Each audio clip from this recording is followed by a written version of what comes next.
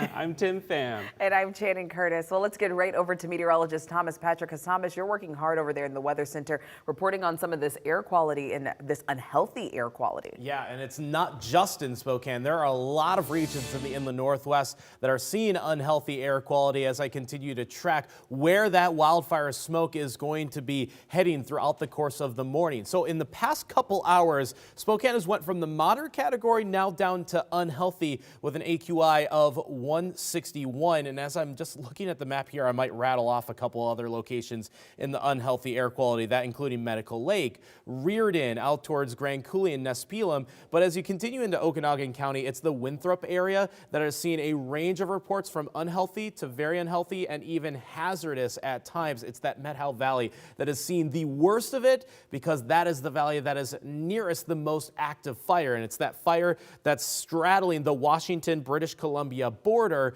right over Okanagan County in the Cascades. So it's that fire which is causing a lot of the unhealthy air quality reports across portions of the inland Northwest. Thankfully, it shouldn't last all day, but you can definitely tell how smoky it is over downtown Spokane. In fact, I almost want to take away the weather graphic, the weather information here. 47 in case you're wondering on a cool morning, but as I backed it up, you can definitely tell that layer of smoke and haze that has certainly started to inundate the area. And it's when the visibility drops, that's how we can tell that the air quality is dropping, and it certainly smells the part as well. But it is also a cool morning if you're just about to step outside as of 6 a.m. A lot of temperatures not only in the 40s, but Deer Park is at 37 right now.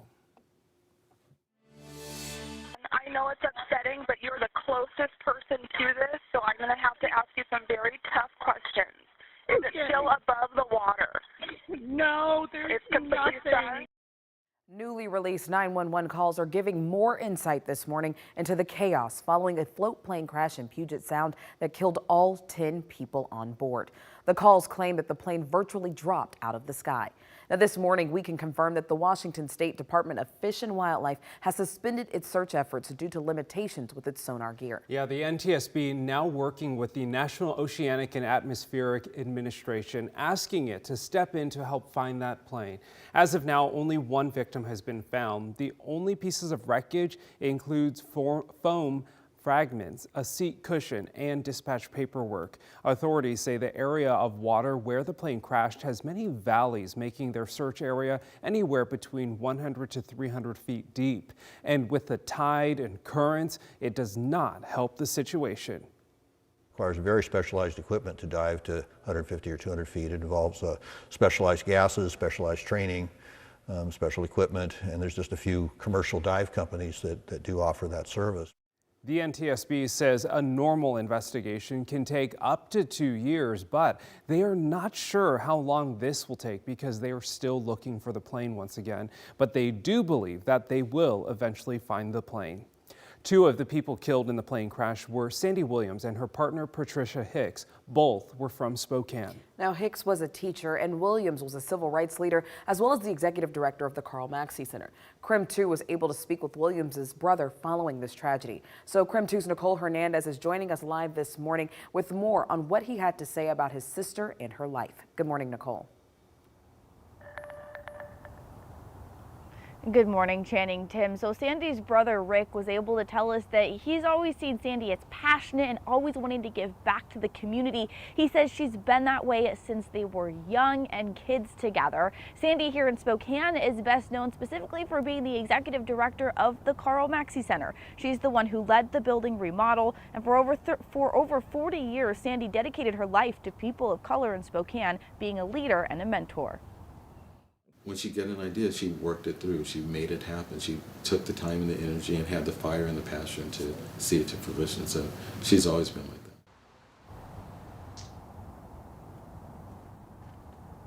So since the news of Sandy's death, there has been an outpouring of love and support from the community. Rick says this shows her legacy will go on for generations to come.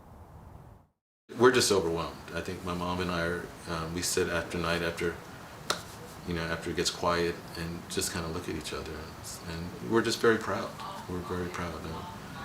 This is, she has made a good legacy. I think Mom and my dad, Thomas Williams and Wilhelmine Williams they're quite proud of their children.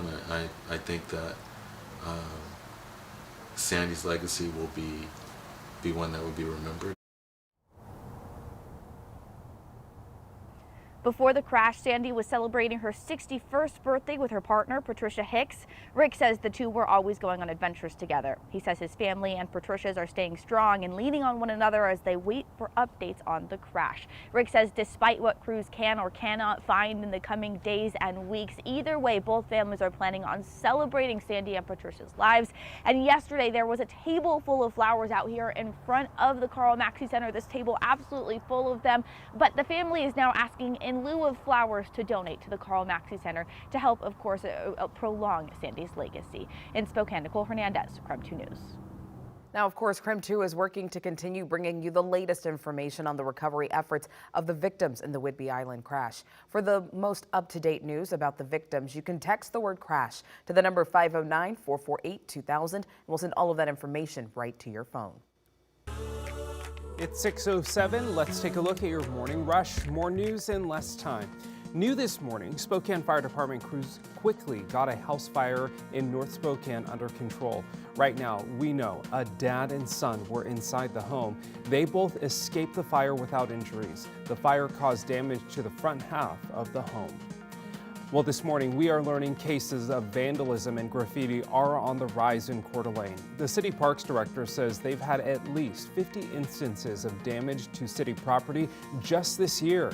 Coeur d'Alene police received 35 reports of graffiti from June through August, which is nearly double the amount of cases from this same time last year.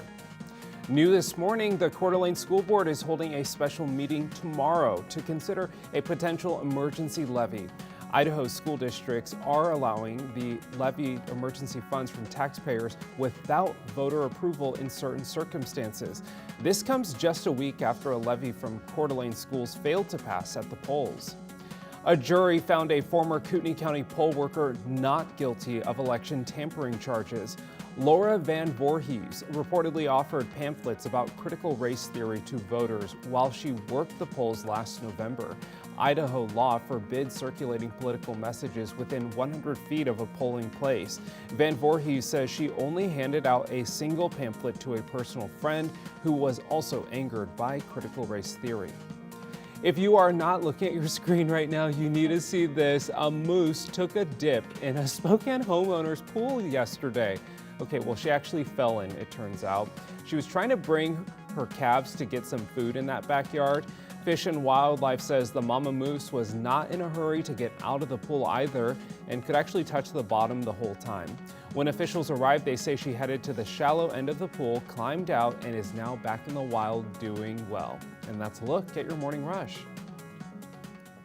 Also around the Northwest, the school year finally starts today in the Kent School District after nearly 2 weeks of a teacher strike. Now, the district and the teachers union ratified a new contract just last night. That contract includes a 7% wage increase as well as smaller class sizes. 9 days will be added to the end of the school year to make up for the late start. Now, in the meantime, the strike in Kent may be over, but it's a different story for the state's largest school district.